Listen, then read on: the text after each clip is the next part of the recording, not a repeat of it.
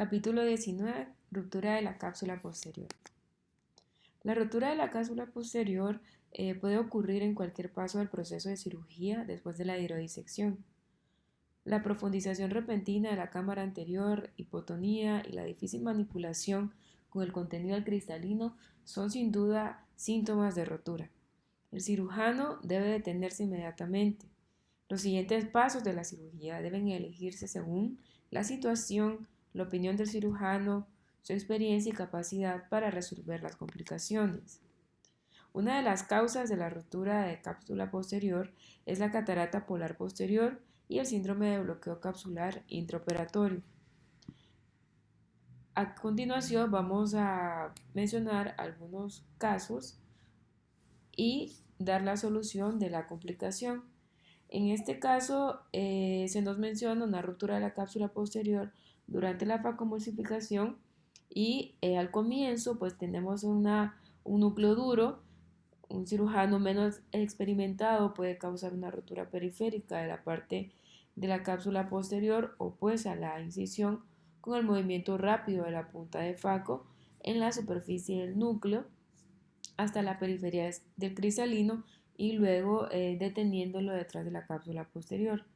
En casos donde el núcleo es más blando y delgado y el cirujano no lo considera, puede abrir ampliamente el centro de la cápsula posterior con la punta de faco doblada de Kellman justo al inicio de la facomulsificación.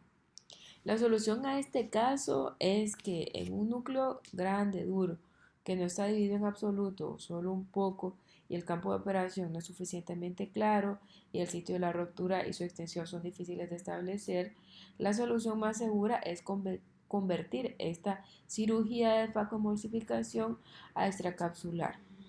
Como primer paso, el núcleo tiene que ser luxado en la cámara anterior.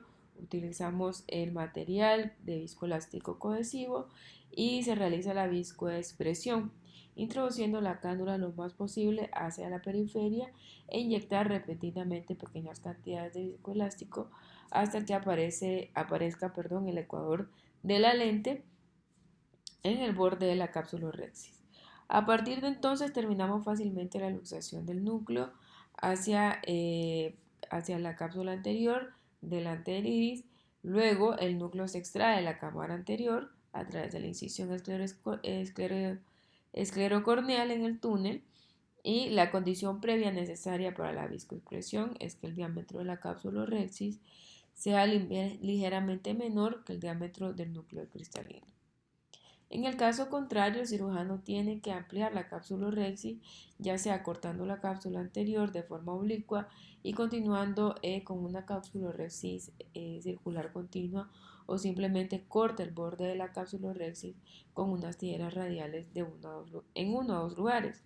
Se puede extirpar el resto de la corteza sin pérdida extensa del vitrio con ajustes bajos de irrigación y aspiración. Con prolapso vitrio siempre va a ser necesario realizar una vitrectomía anterior cuidadosa, especialmente debajo de la región de la cápsula anterior, y ahí prestamos máxima atención para no dañarlo y conservar el soporte de la lente implantada. Este es un ojo después de la eliminación de la catarata. Vemos que está intacto, que la cápsula rexis sí efectivamente pues sí se dañó durante la vitrectomía anterior. Debajo de la cápsula anterior hay una gran rotura de la cápsula posterior y ahí donde vemos esa parte, esa rayita blanca que va en diagonal nos señala la rotura de la cápsula. La amarillo es la cápsula rexis anterior continua que resultó pues dañada durante la vitrectomía anterior. Vemos ahí cómo se dañó, cómo se prolongó, donde nos señala la flecha. La complicación número 2 es lo que nos podría suceder también una facomulsificación, que es al tener una cápsula rexis anterior inestable y su fluctuación, esta cápsula rexis ya sea por la cámara anterior superficial o la presión vítrea puede contribuir a su complicación como es una prolongación. Como solución, si partimos el núcleo con corteza, permanece en la cápsula o en la cápsula rexis anterior. El cirujano debe utilizar el deslizador. Este deslizador se introduce a través de la incisión corneal, detrás del iris, como lo vemos en las fotografías, y debajo de la cápsula anterior para cubrir la parte posterior de la rotura de la cápsula.